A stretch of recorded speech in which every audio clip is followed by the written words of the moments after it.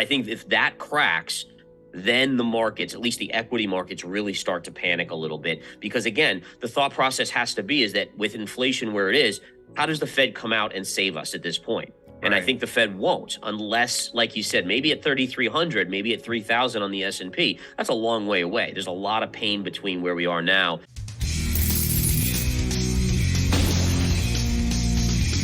In today's video, Chief Market Strategist of InTheMoneyStocks.com Gareth Soloway tells us all about his latest analysis of the charts as well as his predictions and price targets for Bitcoin and Ethereum. He believes that we could possibly see Bitcoin's low in the coming months. Soloway shares his opinion regarding high inflation rates, the stock market, the crypto market, and the Fed. So some people are very bullish, some people are very bearish, and I mean, anyone can find evidence to support their view, but I'm curious as to what you think. Yeah, so for me at least, specifically with Ethereum, I think the number one thing why it's held up a little bit better is probably I don't believe it was named as a security in that group of list that the SEC said. So I think that gives people confidence. And one of the things I like in Bitcoin too is like Bitcoin is like your digital gold, and Ethereum is kind of like your digital silver, right? And the reason I say digital silver is, number one, it's usually more volatile. Silver is more volatile than gold. And also, number two, you have this kind of industrial use case for silver, right? It's a store of safety, but it also is used in the economy. Well, Ethereum, you could argue kind of the same thing. People believe it's kind of a safety hedge, but they also need it. You use it for various transactions and different things as well, like that. So I think that's one of the keys for me is that you have digital gold and silver, and so expect it to be more volatile. But in looking at the chart, I just want to show my chart real quick on Ethereum, and then we'll get right into kind of what you were saying is that in terms of the Ethereum versus Bitcoin. But what we could see is look at this beautiful like parallel lines and how in terms of charting, and by the way, this is just more proof that you don't know why these things work out. I certainly don't, but there's some sort of subconscious in traders and investors and people's minds that tries to make sense out of chaos, right? So most of the people would look at this, oh, this is a wild chart, but look at how many parallels exist within this chart. Like the high, this is parallel to these points, which then are parallel to these points and vice versa all the way down here. And we can see that we did break down short term. So I do expect Ethereum to come in here towards this 1635 level. But now that then becomes the support level, the next level, right? You have the lowest point here going back to 2022 connected through these lows right through here. And that now becomes your technical support. So if we do sell off there as a technician, I would start saying, okay, if we're going to bounce, this is going to be the spot where we're going to get a bounce. Doesn't mean Ethereum's bottoming by any stretch, but that would just be a technical short-term level of support. Now, if we just quickly go to Ethereum, Bitcoin, let's take a look at that in terms of Bitcoin. A couple things, and again, this is just based on purely charting, and I'm just going to do this live as we take a look, but this would be something that I would be watching like a hawk, right? So there's a trend line here that you're hovering on. If this breaks, you then probably have downside into this level down here. And so that to me would be something that we would pay attention to. And that's what the chart, at least the charting technical lines are telling me, is that we've now been hitting on this trend line of support over and over again. And generally that tells you you're close to a break point. So that concurs, actually. That's amazing. Yeah. I'm curious, just from a technical point of view, upon the breakout, because we can see that it has broken out, what would be a target? What would be a short-term target that we could see in the coming months, just based on the technical view? So this is great because it does clear out kind of like all that stuff and just says, okay, what does the chart tell us? So just like we said, this was consolidating, kept on hitting resistance, finally in the process of breaking out right here on the Bitcoin dominance chart. Think about what got us out of the March 2020 drop, right? It was the Fed printing.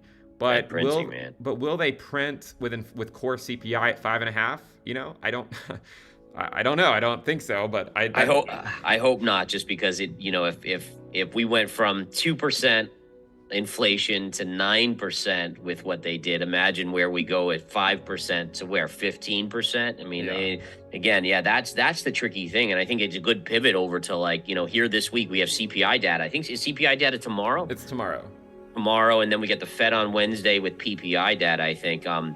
And I mean, number one, I would say, do you have a view on the Fed's decision? Do you think they'll surprise hike? Right now, Fed funds futures are saying no, they won't be hiking. But maybe if CPI comes out hot, I mean, who knows? I think that chances are the Fed doesn't raise rates, but I think that they will be hawkish because number one, I don't think they like the rally in the stock market. I mean, when you see these tech stocks getting these crazy valuations again, it's just whether it's money coming from crypto or it's just new money flowing in, there's a wealth effect that occurs, right? When you see your 401k up 20%, you start to say, oh, maybe I can buy that new car or maybe I can buy that new TV. And it creates a demand surge that if supply can't keep up with it causes prices to go up. So, I think that would be something to pay attention to. And then like you said, the question is, does the Fed actually stay the course? And for me, unfortunately, I'm doubtful. I think right now it's easy, right? You have low unemployment, you have good jobs numbers for the most part. So it's easy to say, yeah, we're going to stay the course.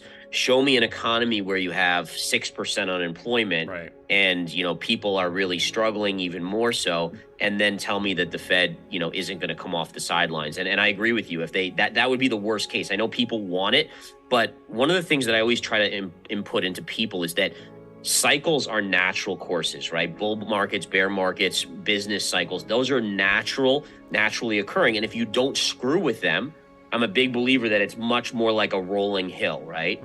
It's when you have the Fed coming in like they've done, and we saw this in 2007 and going into 2008, the financial crisis, is when you have the Fed artificially kind of doing things that create longer bull markets, where the bull markets get crazier, the liquidity, the risk taking gets crazier.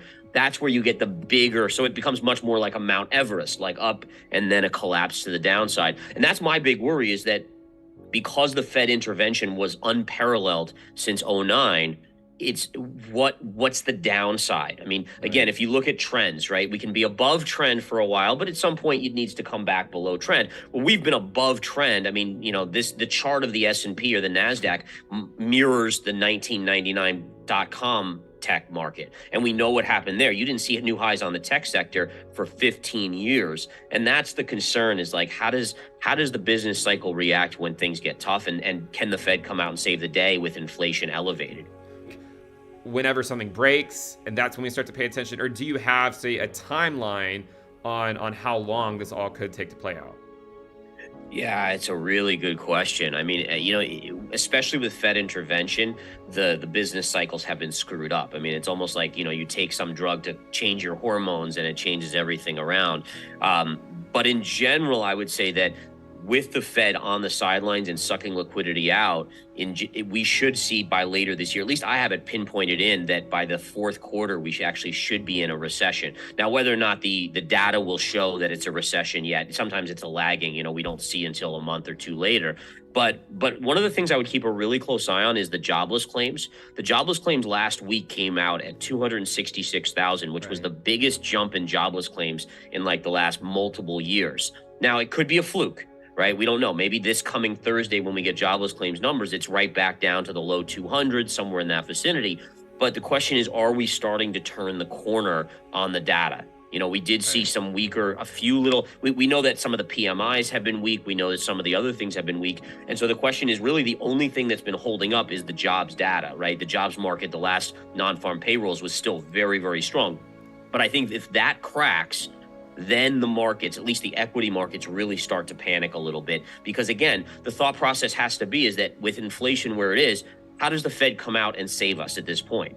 And I think the Fed won't, unless, like you said, maybe at 3,300, maybe at 3,000 on the S&P. That's a long way away. There's a lot of pain between where we are now and where we are then. So, and that's one of the reasons why I'm so skeptical of this stock market rally. And just to look at similarities out there, for instance, I'm going to try to bring up the NASDAQ chart here. Yeah. But you're right about that, is that one of the things I always say is that the market takes the stairs up and the elevator down, which means when it falls, fear is a much more powerful emotion, and we see a much bigger drop in the markets much quicker. But then you're right, you get bear market. I mean, if you look at almost any business cycle in the stock market or in any market, the bounces, there's so many bounces that are huge. It's just once they're done, then we make new lows, much like the altcoin market just did. In fact, it's interesting to think, because bear markets have a way of changing your mentality to think you're in a bull market. Part of that is that people want to believe, right? We always want to believe like Bitcoin is going to win, altcoins are going to win, the market, like we want inherently, we're positive people. We want the markets to go up, but you also have to be realistic and look at the charts. To me, there's a no-brainer scenario where the consumer at some point gives way. Right. Yes, they saved up money from COVID, but at some point that runs out and they're in deep trouble here. And I think that again is something, and just to point out something else in terms of the economy, I'm in a business here. This is a business building with lots of financial firms within this building. I was in the bathroom and I overheard two people from a different firm talking, and they were saying how all of a sudden their bosses are on top of them for production. Yeah. They said, a year ago, everything was so good that it didn't matter if you weren't producing, like they were making so much money. He said, now it's like, if you're not producing, you're out, you're gone. Right. And that's a fundamental shift now with businesses where they're not making as much money. The economy's not as good. So again, it goes back to the jobs numbers. If we see that crack, I think things start to fall apart economically very quickly.